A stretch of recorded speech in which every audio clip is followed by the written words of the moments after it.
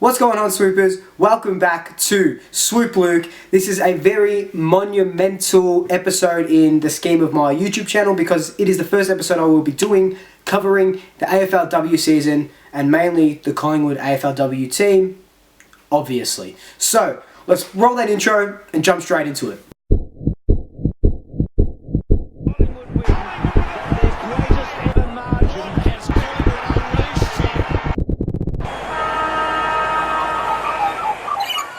Like I just mentioned, this episode is going to centre around our AFLW team. I'm going to be talking about a number of topics, including our draftees. The draft just happened the other day, when our season's going to start, what's going on with that, and a couple other things that I want to bring up later on in the episode. So, stick around, it's going to be a good one, and let's just get into the first topic.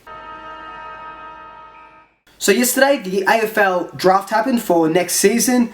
The Bulldogs had the first selection, and they picked Gabby Newton as their pick number 1, so congratulations to her going as the first pick in what will be an amazing season for her and for all the teams involved. So if you were following it either live or on Instagram or on Twitter or whatever, you would have noticed that we didn't have a selection up until the 5th round, and it was pretty late in the game. Our first pick started off with pick 67.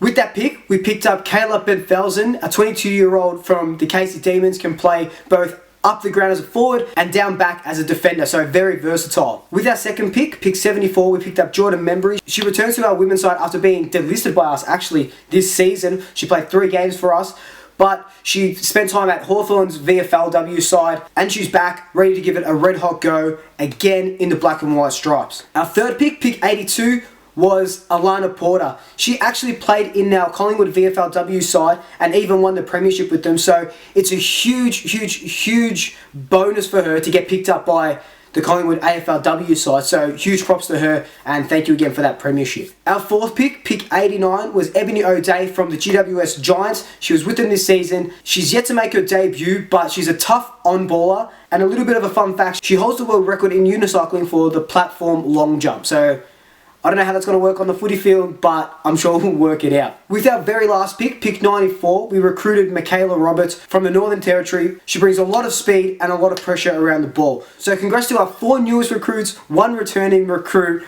but may the black and white stripes bless you throughout your career, but you go on and win that premiership for us. So just an update on what's going on with the 2020 season.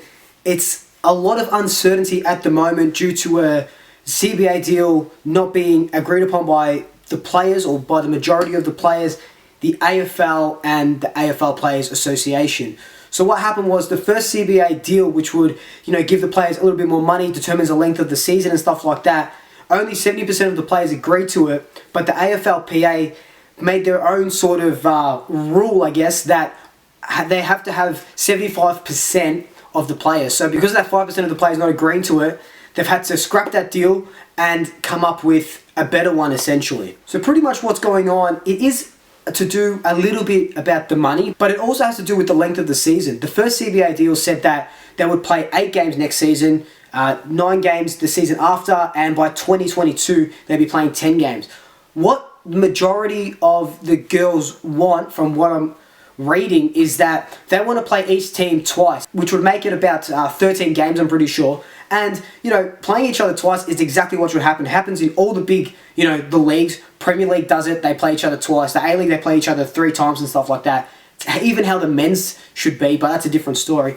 But I wholeheartedly agree that, they should be playing each other twice. And none of this, this conference bull crap, I guess. It's just, I didn't like it last season, and it's not going to work again. Especially with 4 new teams coming into the fold: Richmond, West Coast, St Kilda, and the Gold Coast Suns.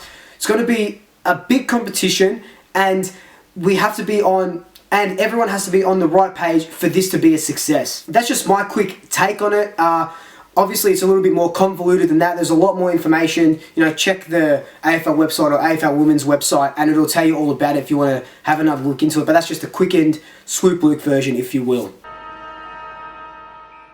So now on a little bit more of a serious note, something that I wanted to bring up. I wasn't going to do a video on this, specifically this topic. I think a lot of people do talk about it. A lot of people have their opinions about it.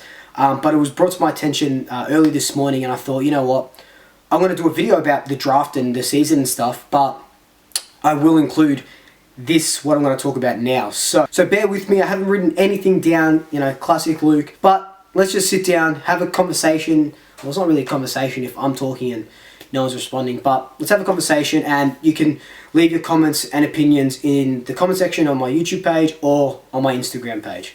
So there's clearly been a lot of talk about how, people don't want to watch the AFLW sides because it's not high scoring, it's very low scoring, the skills are sloppy and all this stuff. But since 2017, I think was the first season, up until, 2019, this year, this regular season, and I was following the VFLW side, the skill level has just improved tenfold. Now this is all my opinion. I'm not trying to be a social justice warrior or SJW, whatever you want to call it. This is just something that I guess I wanted to get off my chest on a platform that wasn't in text like Instagram or Twitter or anything like that. But bear with me again. So you got to think of it this way. If you pick up a guitar, right now, and you started playing it, do you think I'm John Mayer straight away? Or do you think I'm Eddie Van Halen or Eric Clapton? Of course not. That stuff takes time. Those guys practice for hours and hours and hours, and you don't just get good at something straight away. Good things take time. When a baby's born, it doesn't talk, it doesn't walk, all it does is cry, but you give it time, it develops, it learns, and obviously it becomes a fully fledged, I'm not fully fledged, but it becomes a fully fledged human. And I guess those are really bad metaphors or analogies, but what I'm trying to say is that with the AFLW competition, there had to be a starting point, and this was the starting point. How you got to think of it is that the girls that were playing in 2017 were girls that were told after the under 12, sorry, you can't play anymore because, the boys are going to get rough or whatever excuse they tell them. And the girls, they don't practice anymore.